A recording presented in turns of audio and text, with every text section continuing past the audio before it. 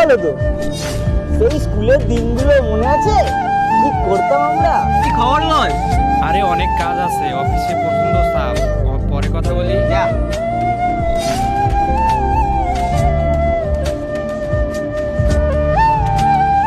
এইবারই হবে আসল মজা, আমার প্রপোজাল রিজেক্ট করা।